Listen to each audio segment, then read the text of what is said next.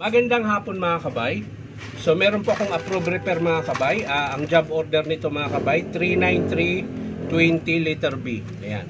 So ang papalitan dito mga kabay, carbon brass, cord, plug, handle, cover, dalawang screw, tsaka handle is yung sa kanyang hawakan sa kaliwa. Ayan. Tapos yung handle naman sa unit niya, ito po yun. So ang part number din mga kabay, sa mga magtatanong, unahin ko yung sa carbon brass. So ang part number ng carbon brass mga kabay, 588698-00. Yan po yung carbon brass ng dito 5961 na 16 kilos ng DeWalt.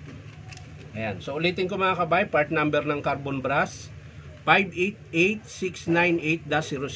Ayan. Ito po yung carbon brass niya. Ayan. Tapos yung takip naman niya mga kabay, ito kasi yung wala ng takip.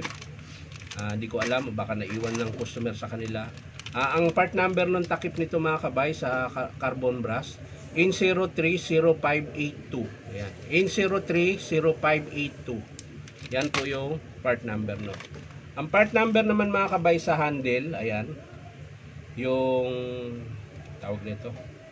Handle, alin ba rito? Ayun. Yung sa handle niya mga kabay na isa is ito po yun, yung 1.2. Handle is 7,500. Ang mahal pala nito mga kabay. Oh. Ito lang mga kabay 7,500. Ang mahal. Ang part number nito mga kabay, yung handle na to ay N087487. Ayan. Ito po yung 7,500. Ito lang yun mga kabay. Tapos yung isang handle naman, ito yung side handle pala mga kabay. Side handle. Ito yung handle niya talaga. Ayan. Ito naman mga kabay ay handle 1.2. Ito po yun. 1.2. Ang part number nito mga kabay, ito N031103. Ayan. So yan po yung ikakabit natin dito sa repair natin nga ngayon araw na to na dito 5961 ng DeWalt 16 kilos na jackhammer. So tara mga kabay, samahan nyo ko. So yan mga kabay, kakabit na po natin yung carbon brass. Ito po yung carbon brass mga kabay.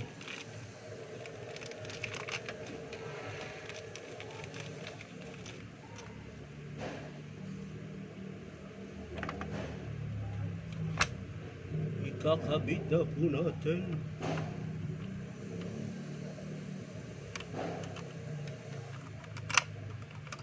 So sa mga gustong magpa-repair mga kabay, punta lang kayo dito sa 530 T. Alonso, Santa Cruz, Manila. Ayan. Hanapin nyo lang po yung Powerman Hardware. May naka-signboard na DeWalt Stanley.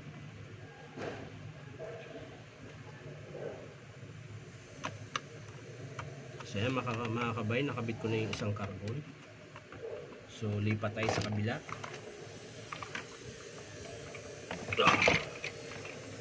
Ito naman tayo mga kabay sa kabila. Ayan. Hugutin lang natin mga kabay yung lumang carbon. Ayan.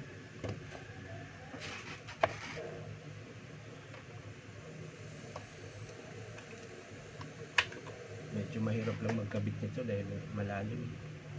Ayan. Ayan.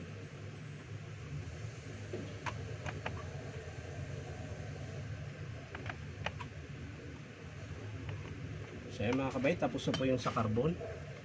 Ayan. So kung tapos na yung sa carbon mga kabay, babalik na po natin to kanyang cover. Ayan. Dito po yan mga kabay. Ayan. Nakasuot-suot po yan din. Ayan. Dito po yan nakakabit.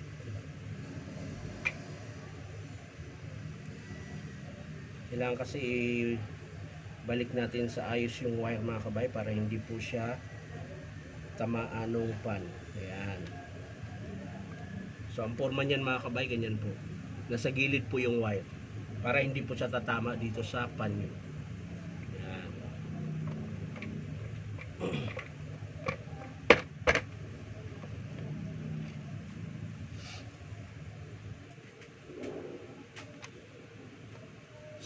So ayan mga kabay, nilagay ko na po yung screw. So higpitan na po natin ito mga kabay.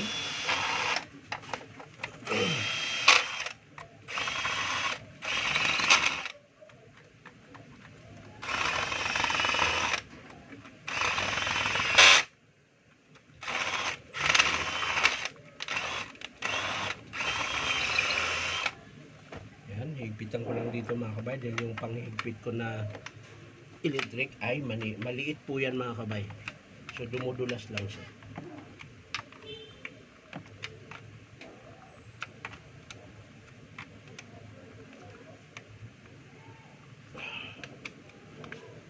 Yun. So bago natin isara yung takip mga kabay, papaandarin muna natin kung okay yung andar. So yan mga kabay, nakasaksak na po yan.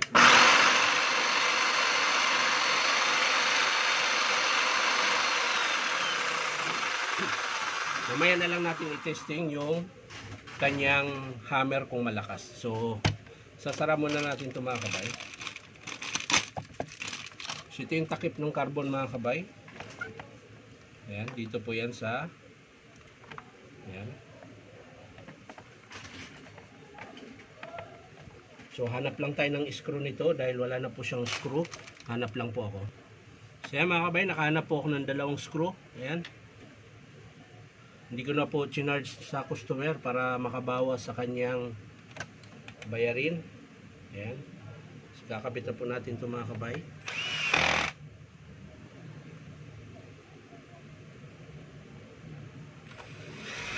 Ayan. So okay na mga kabay. Ang last natin na ikakabit ay yung kanyang handle. Ito. Papatay lang natin mga kabay. Ayan. Dahil mabigat po. So ito mga kabay, bali ililipat lang po natin to. Ito, yung spring. Tatandaan nyo lang po kung paano forma. Yan. At saka yung screw nya. At syempre itong bakal mga kabay, kailangan natin ilipat. So dito yan mga kabay, susok-sok nyo lang. Meron po yung butas sa gitna, nasakto lang po yung dulo na yan. So itutusok nyo lang ng ganyan mga kabay. Yan, ikot-ikot nyo lang. Kabilaan yan. Yan. Tapos yung spring. Yan. Yan. Tapos syempre yung kanyang plastic na parang pinaka-washer niya. Ayan. Hindi makikita mga kabay, no?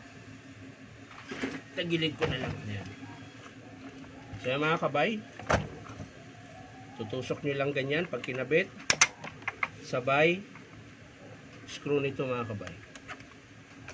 So gagamit tayo ng electric para mabilis.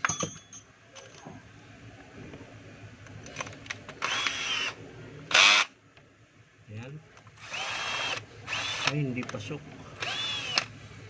Pasok ba? Pasok yata. So kulang lang sa diin mga kabay. Kailangan idiin. So wala yan mga kabay. Kailangan talaga nating itayo. Dahil mabigat, kailangan itayo. Ayan. Para madiin mo siya ng maigi mga kabay. Kasi pag dito siya madiin, ay hindi siya papasok, hindi kakapit yung kanyang screw. Yan, tulad yan. Ayaw. Yun. Baka sakali. Yun, pasok mga kabay. Oh, di ba? Ganun din po sa kabila mga kabay. Kailangan nakadiin, tsaka yung guma kailangan pumasok ng maayos.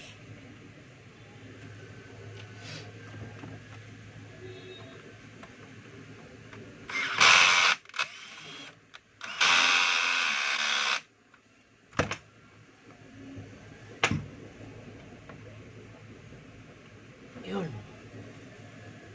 Ito hindi pa.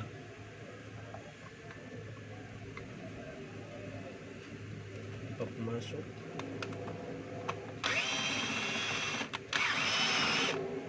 Hindi na sakto.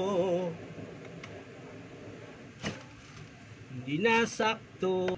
So yan mga kabay, nakabit ko na po.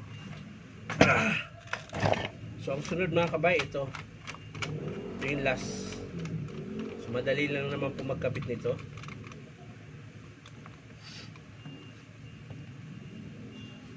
May katigasan lang po talaga yung kanina, kaya natagalan ako. Ayan.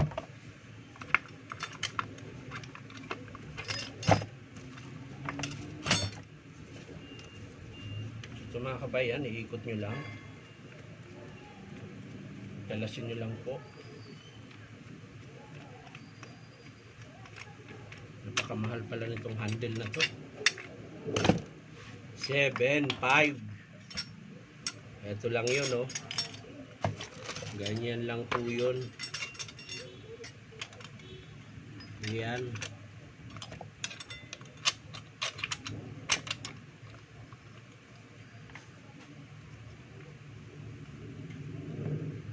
Ayun. Tapos sa kanya ikabit yung lock. Ito. Ikot nyo lang siya mga kabay hanggang sa hihigpit. Yan.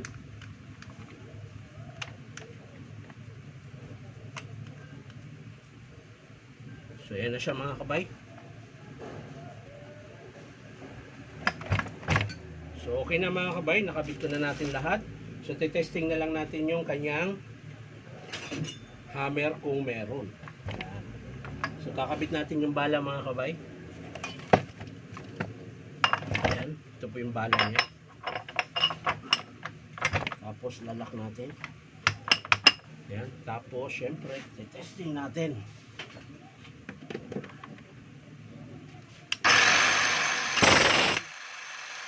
Sakit sa kamay. Ayan, paluin.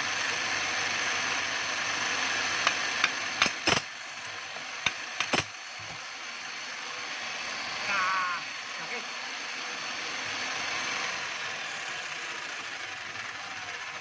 So okay na mga kabay, masakit lang itulak dahil hindi siya katulad ng 10 kilos na kaya mo pang hawakan. Ito masakit sa kamay. So maraming salamat mga kabay. Ang pinalitan lang natin ay handle side tsaka handle sa unit at yung cord protect cord. Ayan yung cord niya mga kabay, nagpalit din tayo, tsaka plug at yung kanyang carbon brush. So maraming salamat sa panonood mga kabay at pa-like and share na rin po. At syempre po, baka naman po pwedeng pa-subscribe ito aking YouTube account na Inom Tabay. So maraming salamat mga kabay. Ang repair natin ulitin ko, D25961 ng DeWalt 16 kilos. So yan lang mga kabay. Bye bye.